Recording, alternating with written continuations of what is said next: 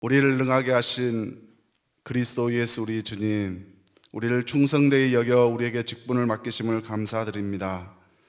우리가 외치할 것은 우리 자신이 아닌 하나님의 완전하심이며, 우리가 추구해야 될 것은 우리의 영광이 아니라 하나님의 영광이며, 우리의 충만함은 우리의 자신의 능력이 아니라 하나님의 능력임을 고백하게 하옵소서. 성령님, 인도하여 주심을 믿고 의지합니다. 임재하신 주님을 만나 소망을 품고 살아가는 우리들 되도록 인도하여 주시고, 살아계신 예수님의 역사하심을 마음속 깊이 경험하도록 은혜되는 시간 되게 하심을 감사드리며 예수님의 이름으로 기도드립니다. 아멘. 수요 예배에 오신 우리 모두에게 하나님의 크신 축복이 함께하기를 원합니다. 우리 옆에 계신 분들에게 하하하 이렇게 인사하도록 하겠습니다. 하하하. 네. 하하하는 하나님 하고 싶은 대로 하세요, 이런 큰 뜻을 품고 있습니다. 네. 옆에 계신 분들께 미소를 사랑스럽게 지어주면서 한번 바라보실 때, 제가 인상은 이래도 예수님의 사랑으로 존경합니다, 이렇게 한번 인사해 보겠습니다.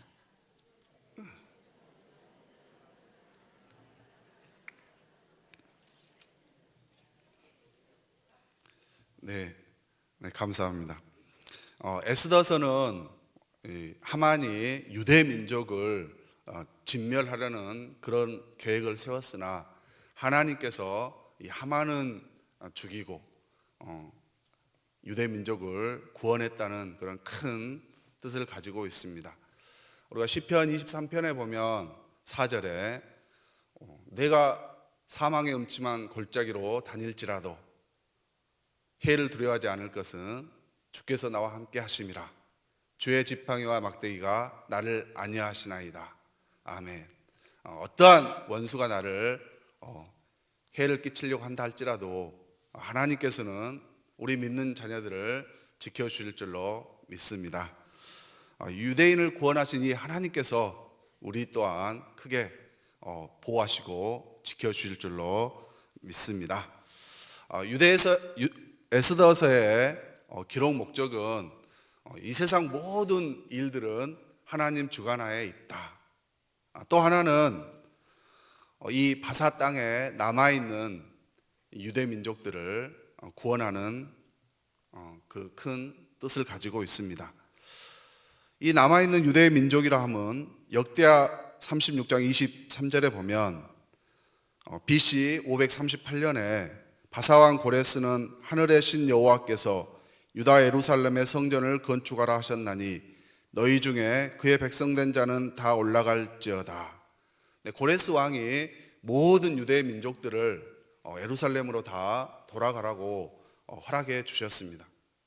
근데 지금 남아있는 사람들은 그때 가지 않고 지금 바사 땅에 남아있는 그런 부류들입니다. 어떻게 보면 하나님을 위해서 가서 성전을 지어야 될 일이 있는데도 불구하고 그들은 가지 않았습니다. 이러한 자들도 하나님은 은혜로 지켜주신다는 뜻입니다. 지금 죽음의 위기에 있다 할지라도 하나님은 그러한 자들도 주님께 향하면 구해주시는 것입니다. 에스더가 왕후가 되는 것은 불가능한 일입니다. 기록에 보면은 7 지방 관리들 그 가문에서만 왕후를 택할 수 있었다고 기록되어져 있습니다. 근데 에스더가 왕으로 간택된 것은, 이것은 불가능한 일을 가능케 하시는 하나님이 하시기 때문인 줄로 믿습니다. 유대 민족을 구원하기 위해서 하나님께서는 에스더를 왕으로 세워주셨습니다.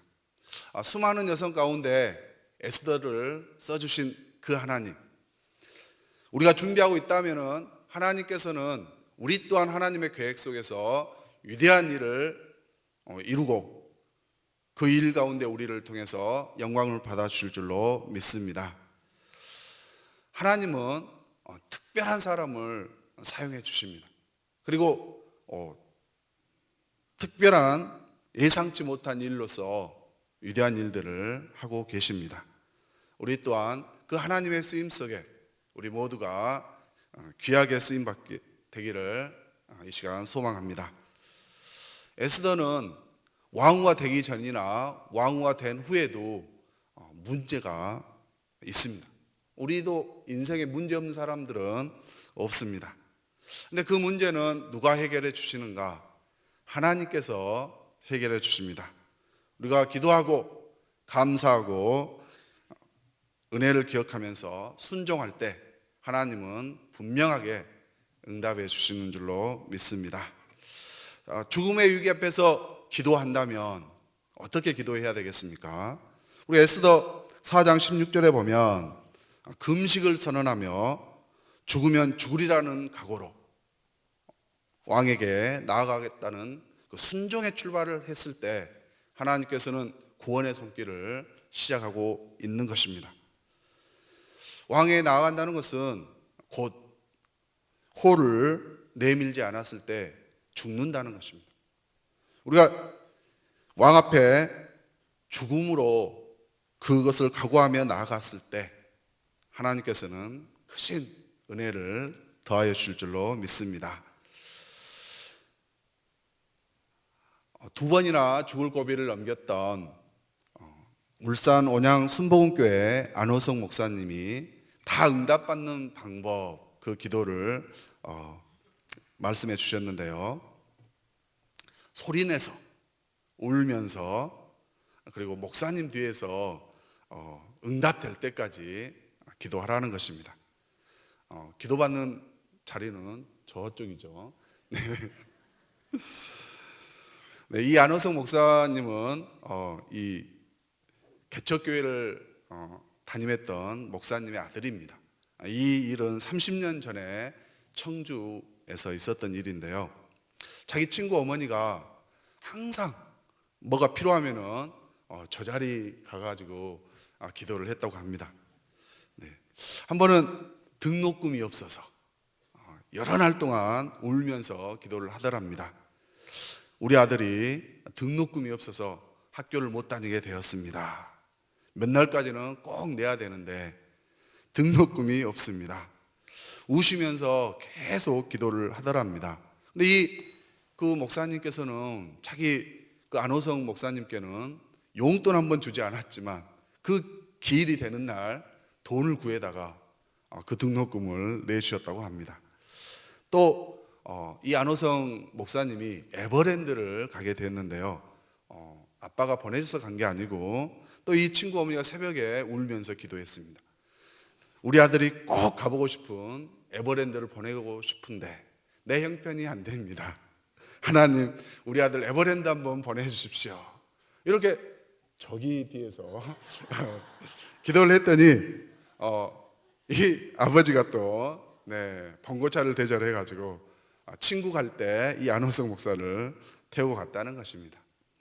우리 친구 어머니를 보면 참 지혜롭죠. 가장 친밀한 곳에 가서 기도해야 됩니다. 네. 그 다음에 부르짖어야 됩니다. 내가 입으로 크게 외치지 않는다면 그 사람의 사정은 아무도 모릅니다. 그러나 등록금이 필요할 때, 가고 싶은 것을 갈 때 우리는 크게 그것도 울면서 울면서 기도할 때 하나님은 빠르게 응답해 줄 줄로 믿습니다.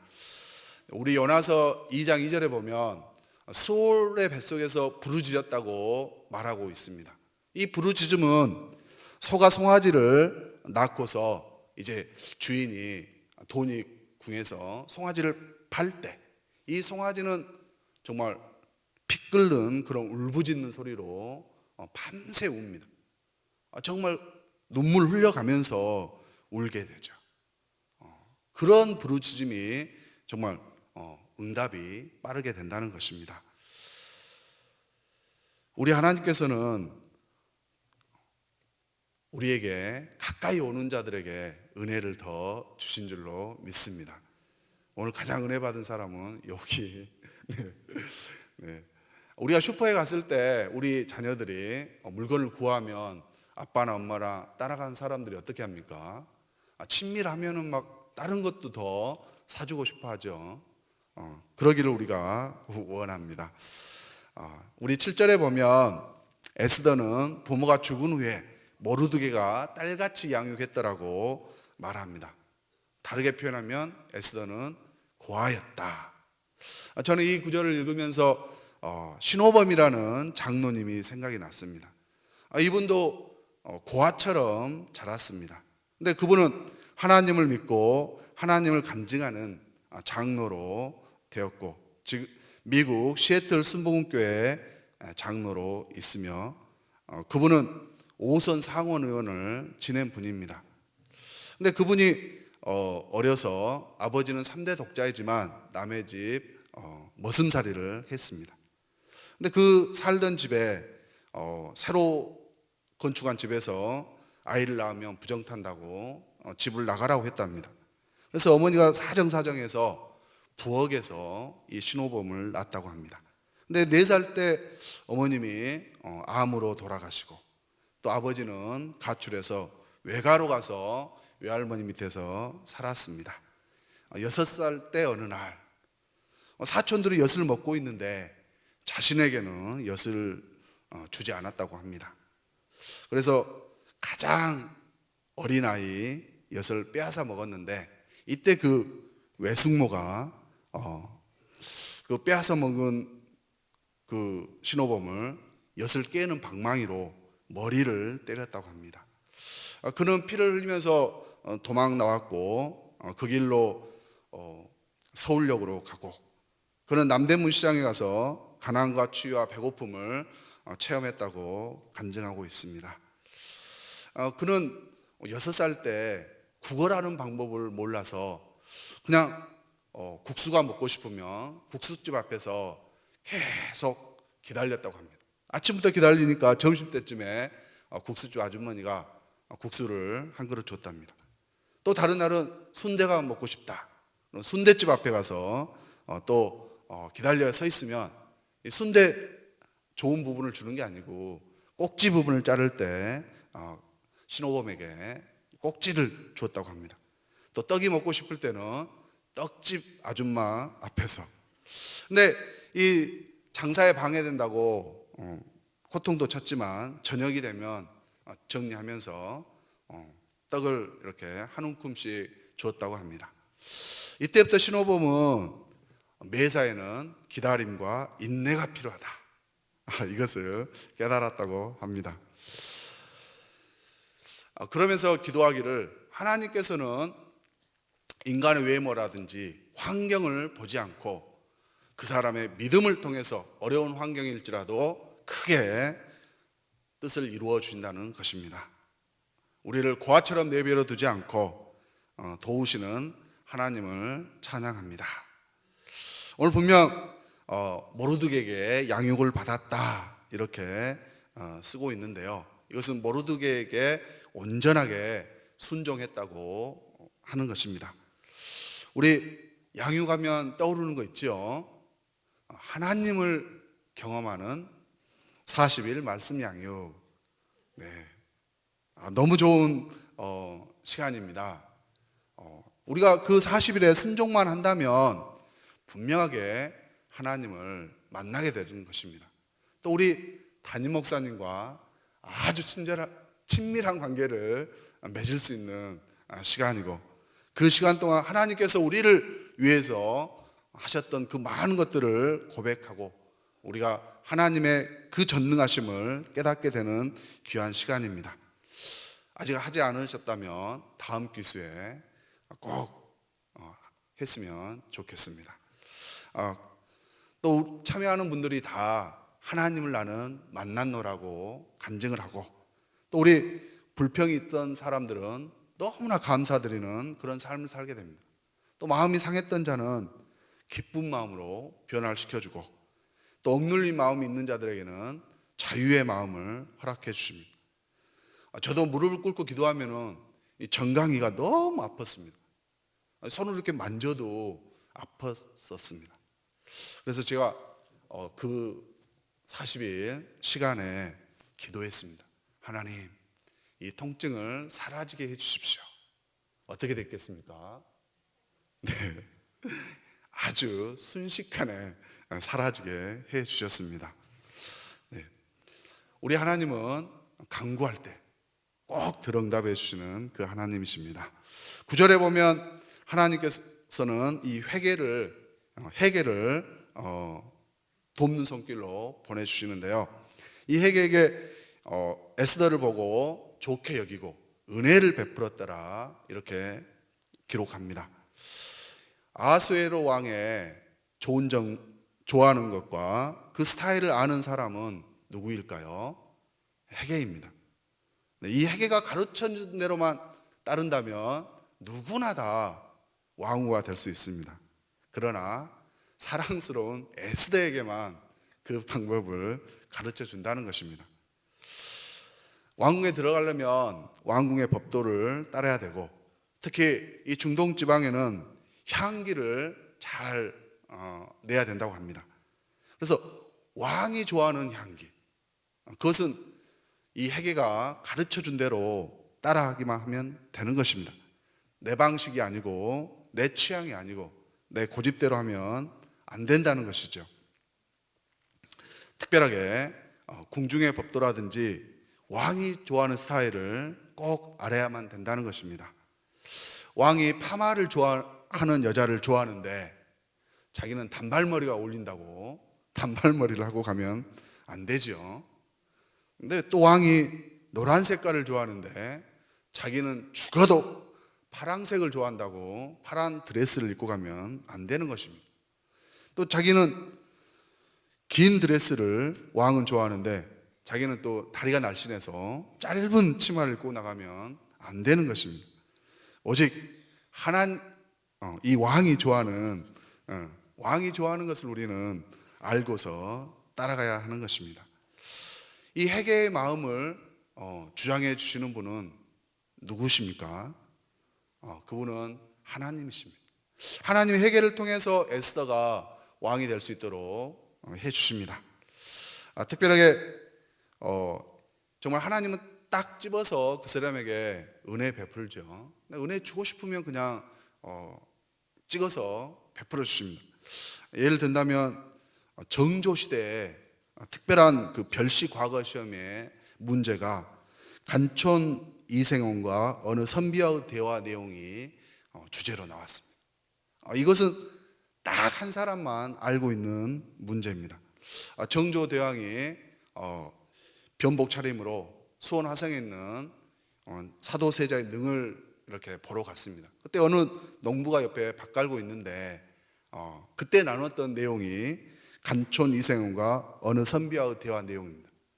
이것은 세상 사람 아무도 모릅니다.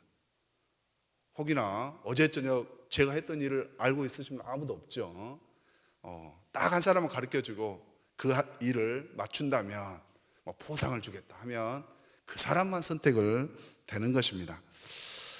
우리가 특별하게 이렇게 하나님은 헤게를 통해서 에스더에게 은혜를 주시는 것입니다.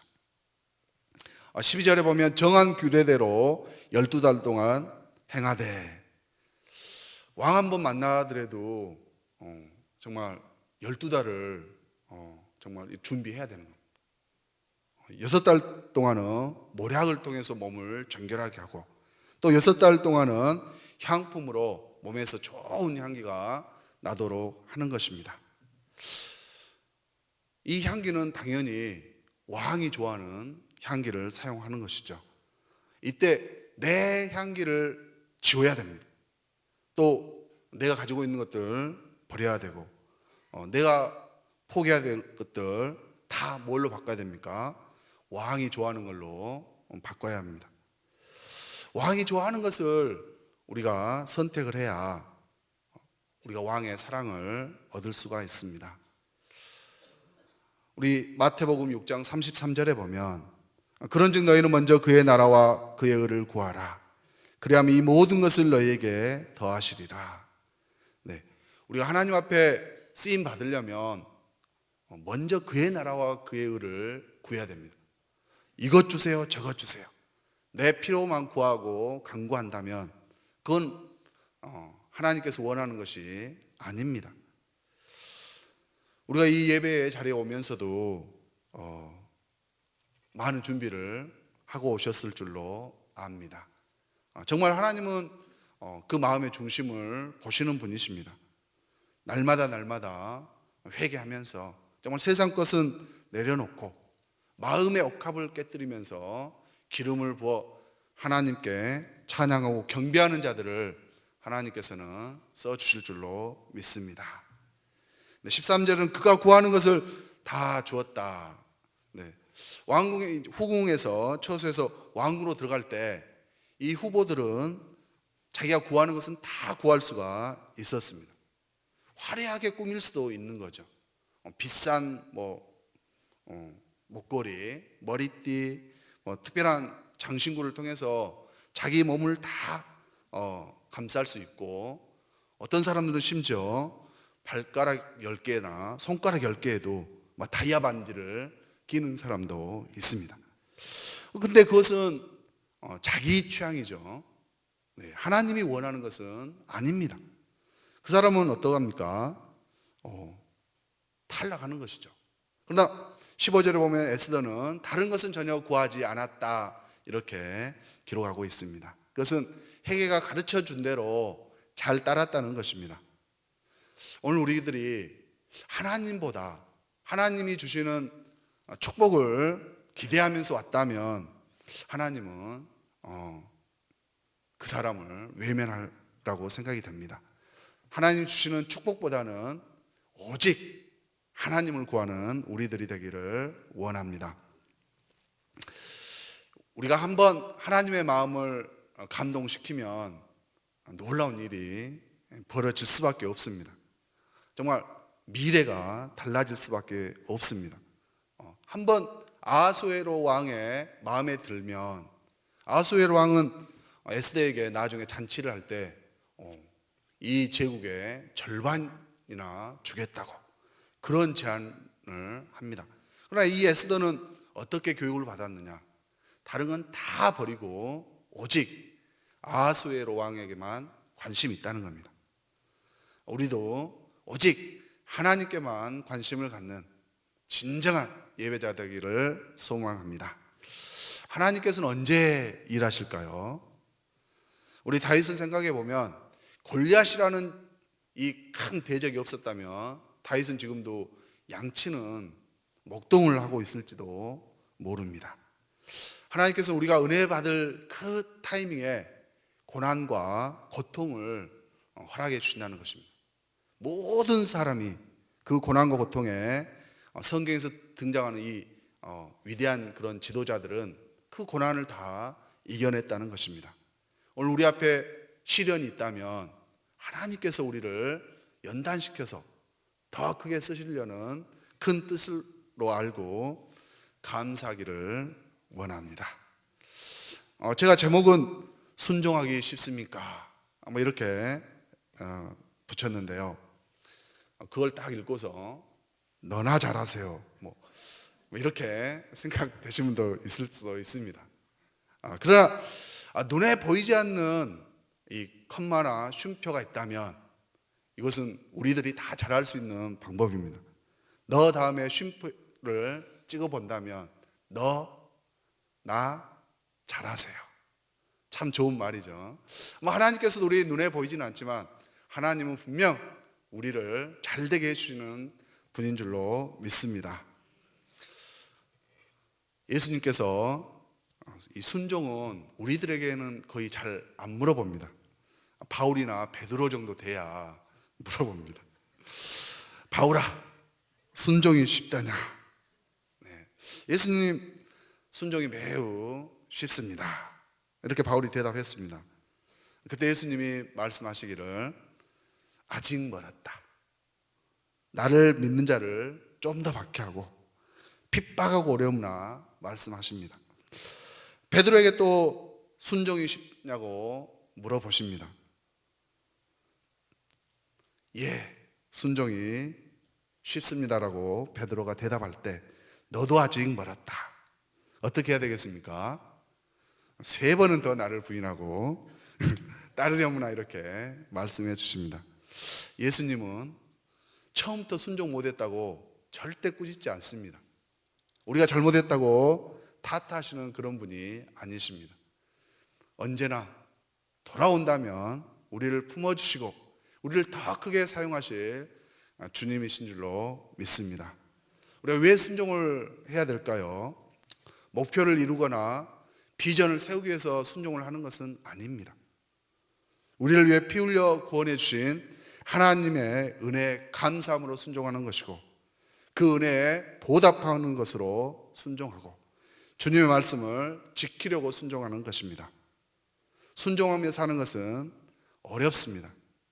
그러나 우리가 말씀에 의지하여 순종할 때 그것은 매우 쉽게 행할 수 있는 것입니다. 2차 세계대전 때 1940년 7월 27일 리투아니아 카우나스 항구에서 있었던 실화입니다. 스기우라 일본 영사 대리에게 유대인들이 200에서 300명 정도가 찾아왔습니다. 이 사람들은 이제 통행증이 없으면 움직이지 못하는 그런 유대인들이었습니다. 근데 이 스기우라 일본 대사가 본국에다 연락을 합니다. 이들에게 단기 비자라도 발행할 수 있냐고. 근데 본국에서는 거절을 했습니다. 그래서 이 일본 영사 대리는 자기 부인에게 이 얘기를 합니다. 그러면 서로 기도를 하는데 이 아내가 이렇게 얘기를 합니다.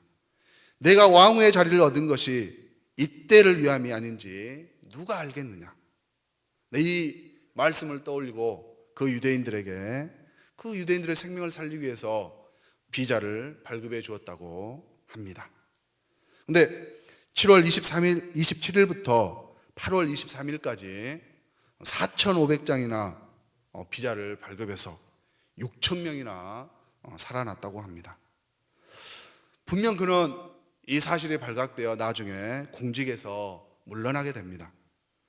우리가 주님의 길을 순종한다 할 때 이렇게 큰 희생을 요구하기도 합니다. 때론 소중한 것을 잃게 되기도 됩니다. 또 자기의 십자가를 지고 쫓아오라고 주님은 말씀합니다. 이제 예수님이 우리에게 묻습니다. 사랑하는 자야, 순종이 쉽다냐? 네, 우리가 이렇게 대답을 한다면 주님 도와주시면 열심히 순종하겠습니다. 그렇다면 힘을 내십시오. 주님께서 우리와 함께 해줄 줄로 믿습니다. 순종 너머에 있는 주님의 지팡이와 막대기가 우리를 안위해 주실 줄로 믿고 감사를 드립니다. 기도드리겠습니다.